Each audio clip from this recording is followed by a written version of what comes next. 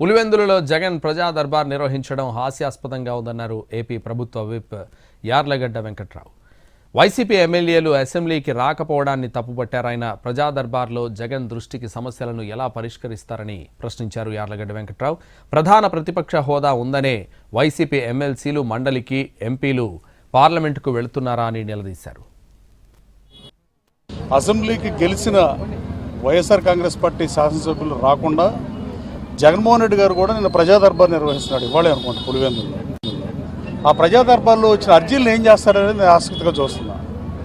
అంటే సొంత నిధులతో పులివెందుల్లో ఉన్న రోడ్లు, డెవలప్మెంటు, కమ్యూనిటీ హాల్స్ కానీ ప్రజా సమస్య అన్నింటినీ పరిష్కరిస్తారా, లేదా రాష్ట్ర ప్రభుత్వం ద్వారా పని చేపిద్దాం అనుకుంటే అసెంబ్లీ గడిని పంపుతారా? ఆయన అసెంబ్లీకి రావట్లా, మైక్ ఇవ్వట్లేదని అసత్య ఆరోపణలు చేయడం. అసలు రాకుండా ప్రమాణ స్వీకారం అనేది మైక్ ఇచ్చారు, ప్రమాణ స్వీకారం చేశారు, బయటికి వెళ్ళిపోయారు.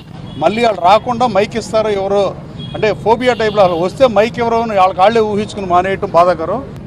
శాసన మండలికి ఎందుకు వెళ్తున్నారు ప్రజలకు సమాధానం చెప్పాల్సిన అవసరం ఉంది. రాజులు ఎందుకు వెళ్తున్నారు?